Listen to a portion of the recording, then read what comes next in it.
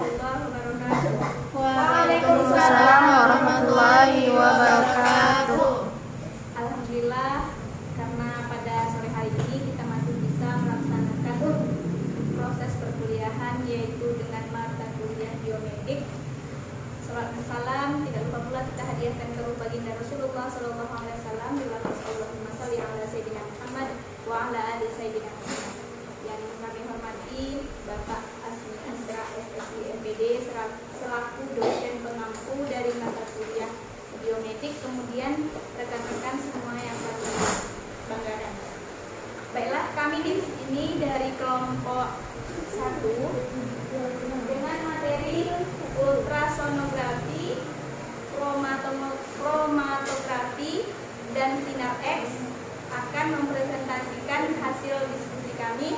Pada rekan-rekan mohon perhatiannya. Baiklah, untuk materi pertama akan dijelaskan oleh Maria Ulfa. Kepada Maria Ulfa disilakan.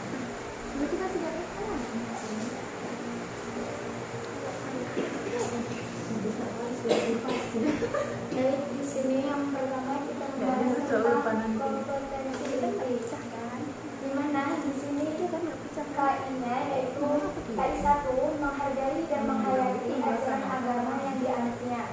KI 2 yaitu menghargai dan menghayati perilaku jujur, disiplin, tanggung jawab, peduli, toleransi, gotong royong, santun, percaya diri dalam berinteraksi secara efektif dengan lingkungan sosial dan alam dalam jangkauan pergaulan dan kebudayaannya. Yang ketiga, memahami pengetahuan faktual, konseptual, dan prosedur berdasarkan rasa ingin tahu tentang ilmu pengetahuan, teknologi, seni, budaya terkait fenomena dan kejadian tampak mata. KI 4 yaitu membahas, mengolah, dan menyaji dalam ranah konkret menggunakan pengurai, merangkai, memodifikasi, dan membuat, dan ranah abstrak, menulis, membaca, menghitung, menggambar, dan mengarang sesuai dengan yang dipelajari di sekolah dan sumber yang lain yang sama dengan sudut pandang atau teori. Selanjutnya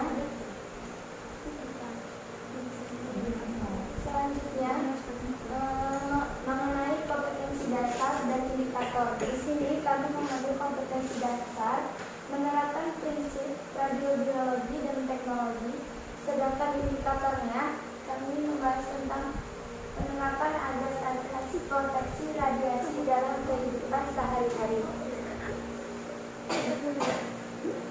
Di sini ada pendekatan dan model saintifik, mengetahui, menanya, menawar, mencoba, mengasosiasi, dan mengkomunikasi.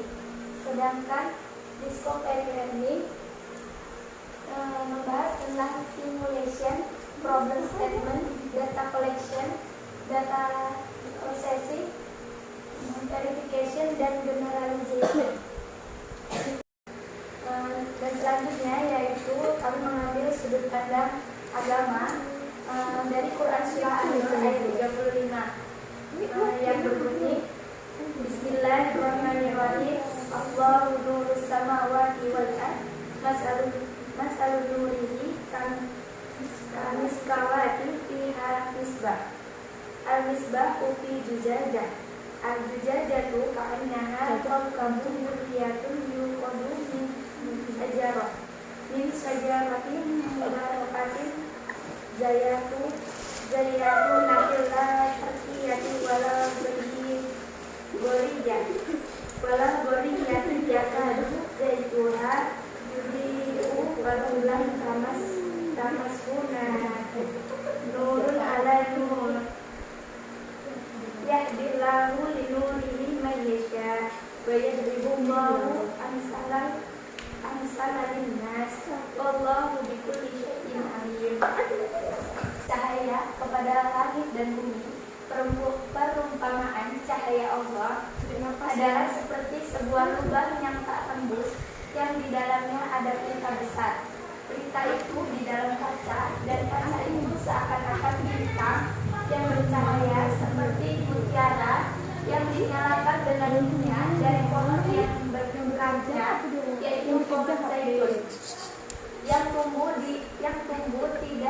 sebelah timur sesuatu dan tidak pula di sebelah baratnya, yang minyaknya saja hampir-hampir menerangi, walaupun tidak disentuh api.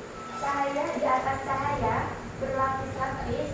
Allah memberikan kepada cahayanya siapa yang Dia kehendaki, dan Allah membuat perumpamaan bagi manusia, dan Allah Maha mengetahui segala sesuatu.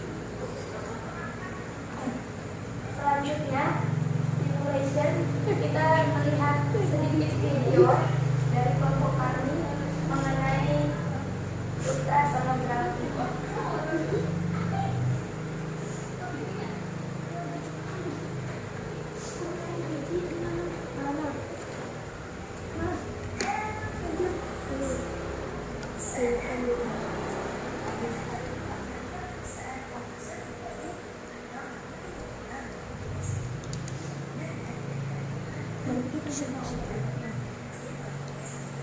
Tiga.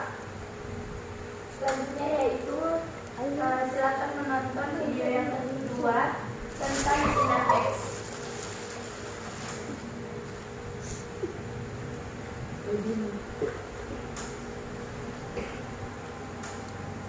Suaranya merah.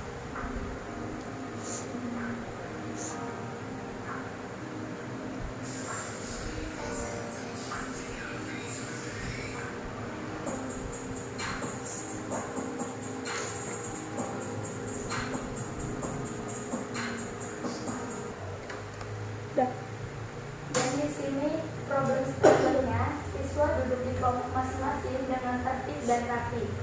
Siswa berdiskusi mengidentifikasi masalah dari tayangan video yang sudah ditayangkan tadi.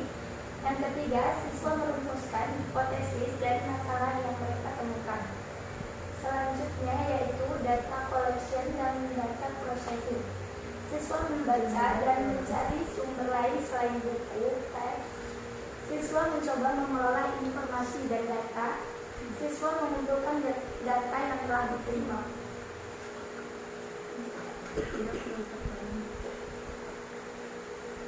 Dan selanjutnya verification dan generalization-nya, buktikan bahwa hipotesis yang dirumuskan dari awal sesuai dengan pengelolaan data.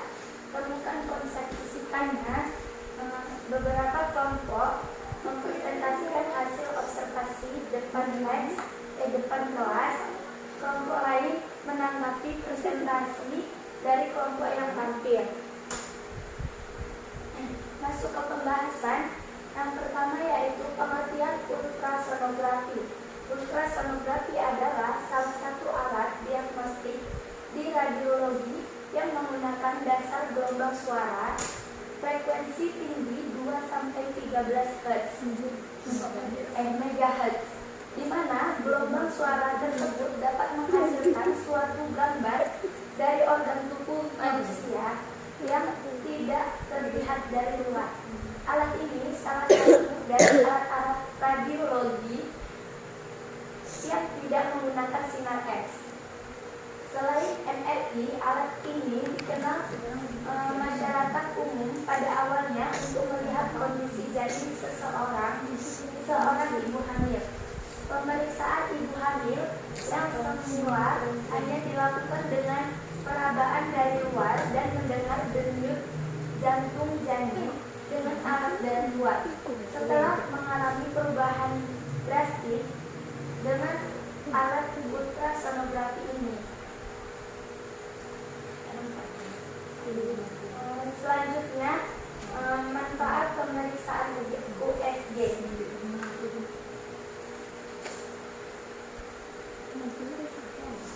Dengan kemajuan teknologi saat ini, aplikasi dan manfaat alat USG telah demikian luasnya. USG atau ultrasonografi adalah salah satu alat untuk memeriksa tubuh yang dianggap cukup akurat dan efektif untuk mengetahui kelainan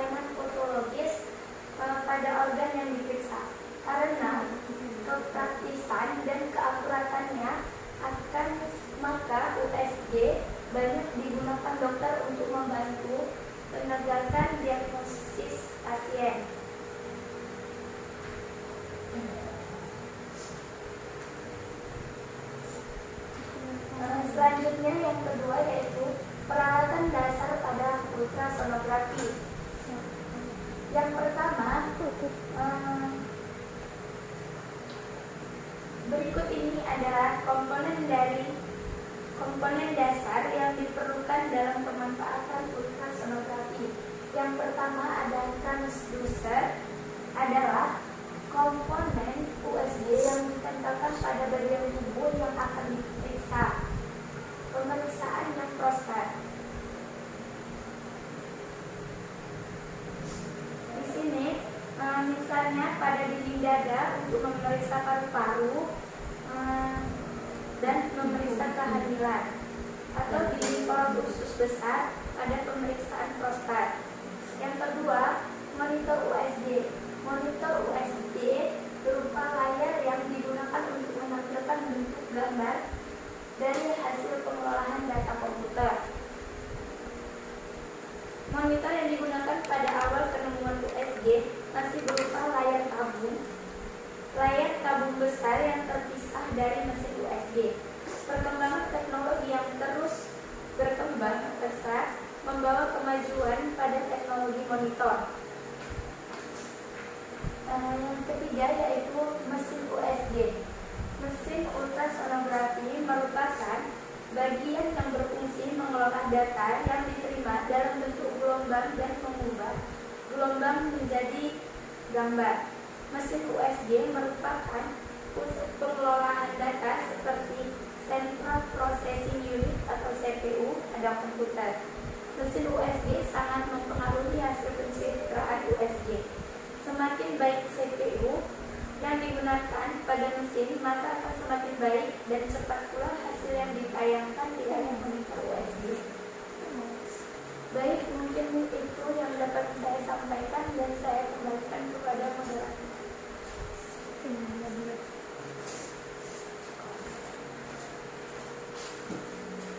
Baiklah, terima kasih kepada Maria Ulfa yang telah menyampaikan beberapa hasil diskusi. Selanjutnya akan saya jelaskan sendiri.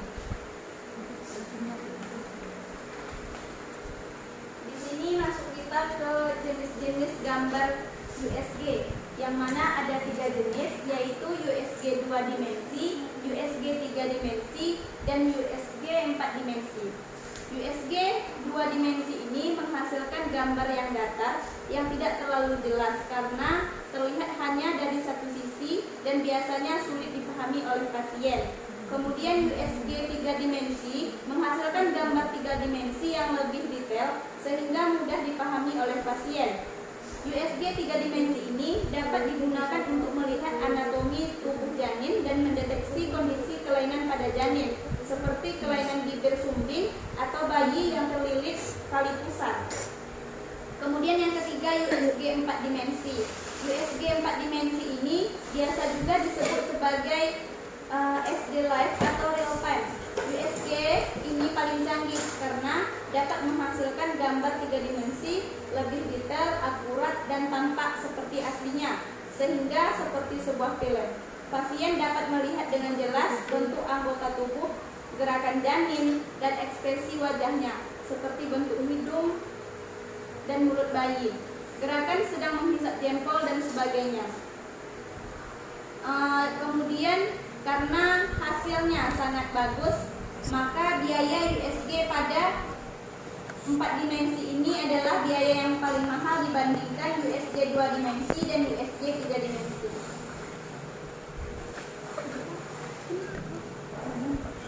Di sini adalah teknik menggunakan alat ultrasonografi. Yang pertama yaitu cara statik ataupun cara kontak transducer yang dipakai berbentuk seperti tabung dengan diameternya 1 sampai dengan 3 cm.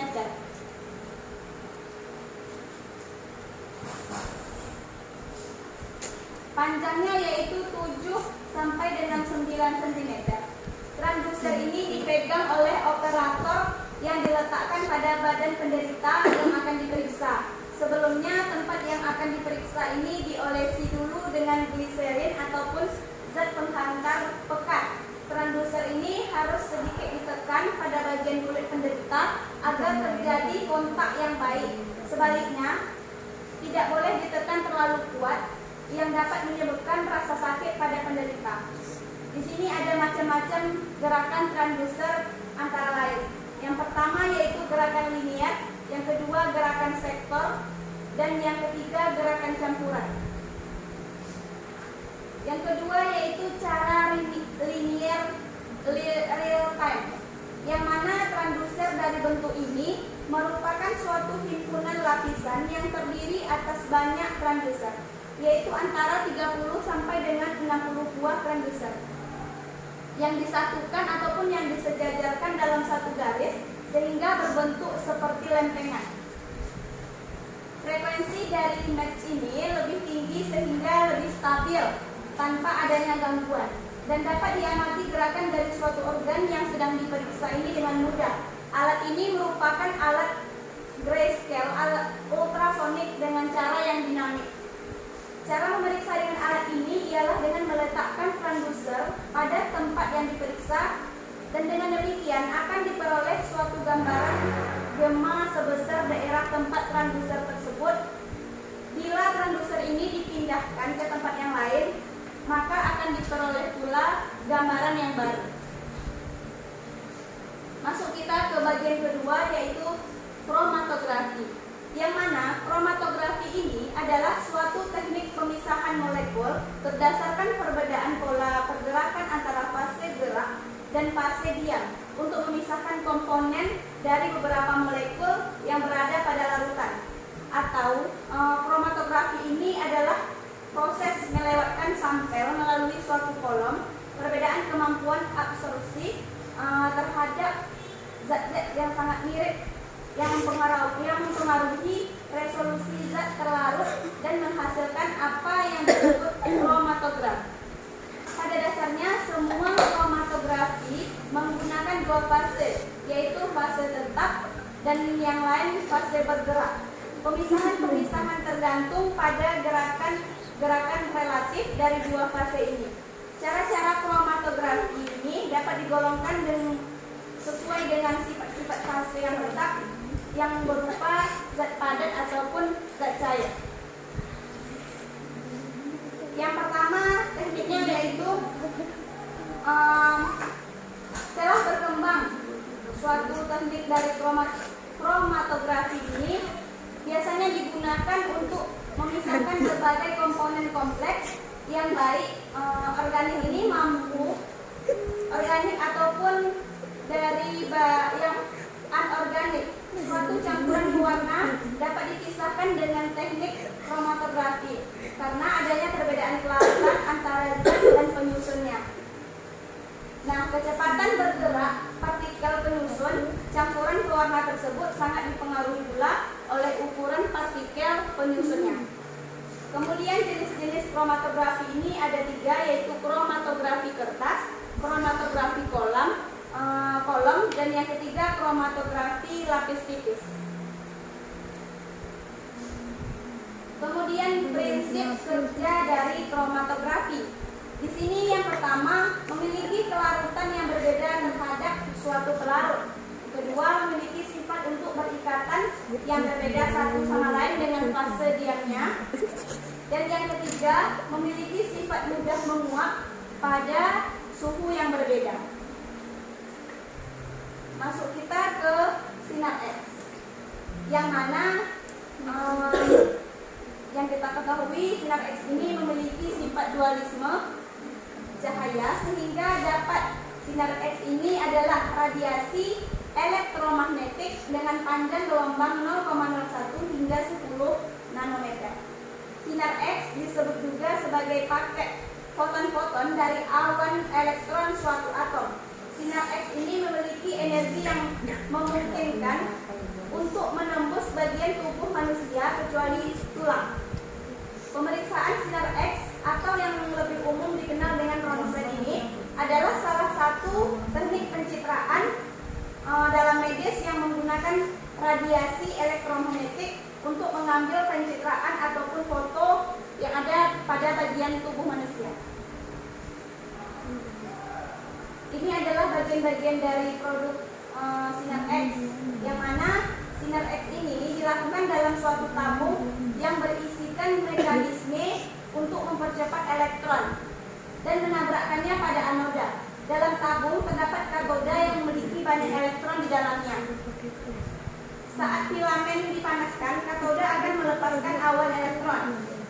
Generator kemudian dinyalakan untuk memberikan beda potensial yang tinggi antara katoda dan anoda. Beda potensial yang tinggi ini akan menyebabkan loncatan elektron ataupun percepatan laju pada elektron. Nah, kemudian apa manfaat dari sinar X?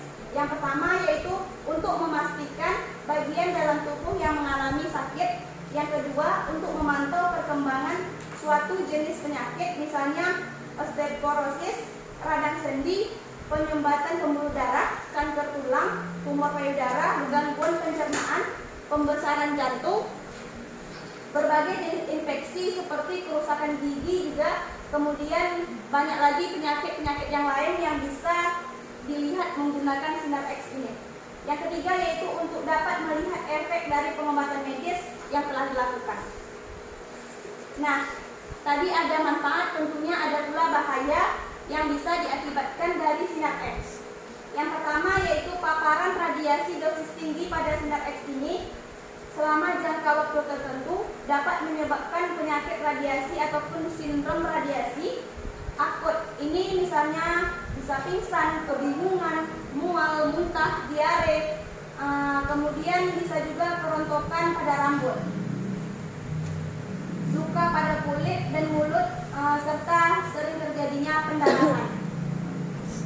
Selanjutnya yaitu efek jangka pendek dari sinar X ini juga nanti akan memberikan bahaya bagi tubuh, yaitu adanya perubahan warna kulit, mual, muntah, diare, dan jumlah sel darah merahnya nanti bisa jadi lebih sedikit dan bisa juga jadi semakin banyak. Kemudian yang keempat, efek jangka panjangnya juga seperti mulut kering, kesulitan dalam menelan, katarak, dan kerusakan pada kulit. Yang kelima yaitu bahayanya melemahkan tulang, menyebabkan gangguan anemia, aplastik, ataupun kondisi kesehatan di mana tubuh ini berhenti dalam memproduksi sel darah yang baru.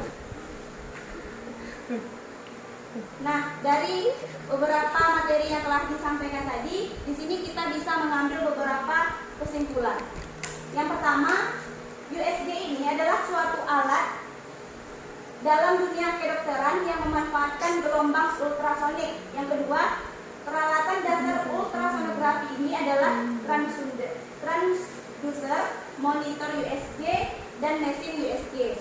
Yang ketiga, untuk memeriksa berbagai organ tubuh dapat dipakai model A, B, T, M, dan ultrasonic Doppler scan.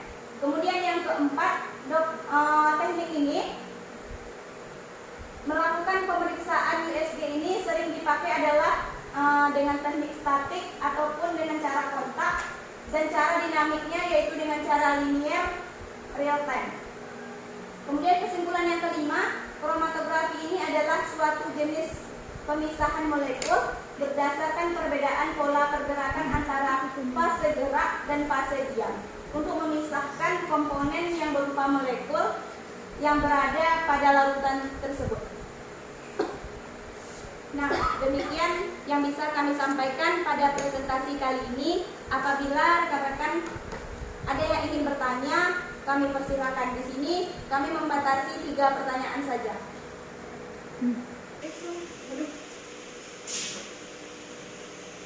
Baiklah, kepada Faradila disilakan. Baiklah, terima kasih kepada kelompok 1. Yang ingin saya tanyakan di sini yaitu bagaimana sejarah tentang munculnya sinar X. Terima kasih. Baiklah, terima kasih kepada Faradila atas pertanyaannya. Apakah masih ada rekan-rekan yang ingin bertanya? Baiklah, kepada Anis disilakan. Jadi kan gini, kalau bagi perempuan itu kan kehamilan itu tidak tidak asing. Nah, kalau orang-orang di desa itu biasanya banyak yang pikirannya itu masih otodidak atau awam gitu ya. Jadinya mereka itu kalau hamil tuh lebih sering ke dukun beranak gitu kan, untuk urut, untuk pijat. Mereka tuh jarang untuk USG pertanyaan juga bayinya sehat, tapi ya sebagian ada yang tidak gitu. Jadi apa sih dampak buruk kalau kita tidak USG selama masa kehamilan? Baiklah, terima kasih kepada Anis atas pertanyaannya. Apakah masih ada yang ingin bertanya? Ya. Baiklah, jika tidak ada lagi rekan-rekan yang ingin bertanya, untuk sesi bertanya kami tutup. Kami meminta waktu untuk menjawab beberapa pertanyaan dari rekan-rekan tadi.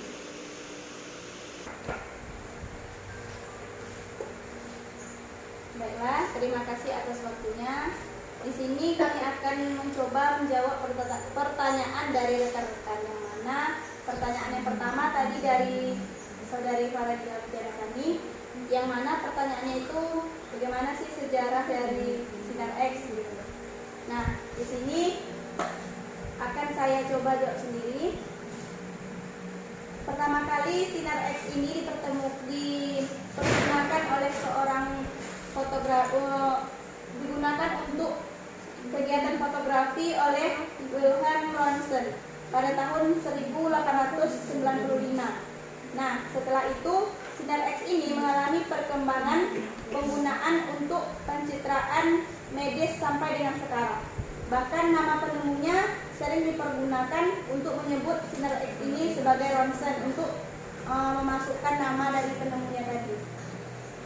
Nah, hasil pencitraan dari Sinar X ini dapat menghasilkan gambaran struktur tubuh untuk memeriksa penyakit ataupun masalah lain yang ada dalam tubuh manusia. Jadi, Sinar X ini merupakan alat diagnostik bagi penyakit pasien. Bahkan langsung untuk proses pengobatan pasien juga bisa. Terdapat beberapa peralatan medis.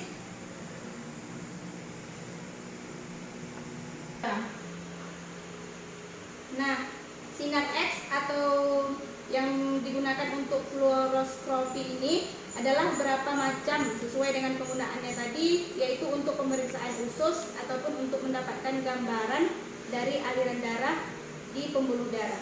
Nah, CT scan ataupun Sinar X ini dengan teknologi yang canggih, pasien diminta tidur terlentang pada sebuah meja panjang, kemudian meja ini bergerak melewati lubang melingkar yang dalamnya itu ada tabung Sinar X dan detektor. Pasien pada Sinar X ini secara memutar dalam bentuk irisan sehingga terbentuk gambar struktur anatomi tubuh yang dipindai dan tampil di layar TV monitor.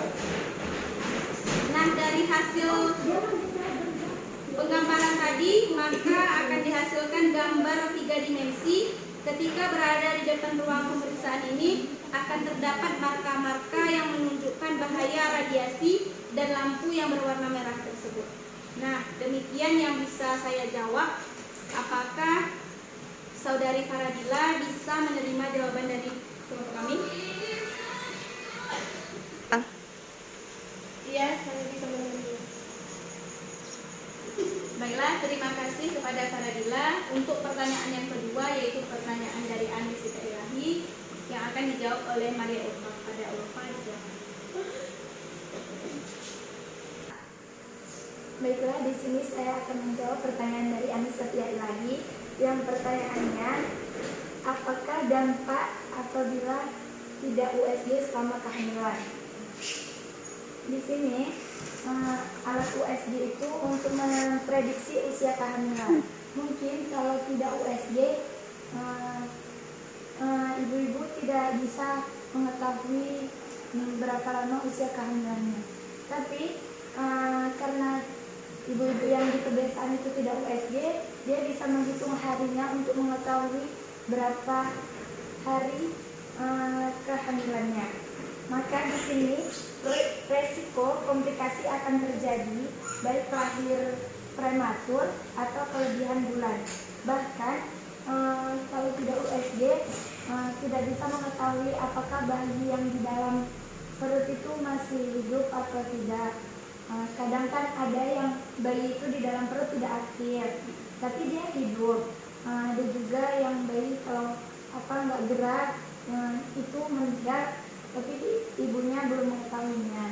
Apalagi kalau tidak USG, ibu tidak akan tahu apakah anaknya itu ada kelainan atau tidak. Mungkin itu yang bisa saya jawab. Saya kembalikan kepada moderator.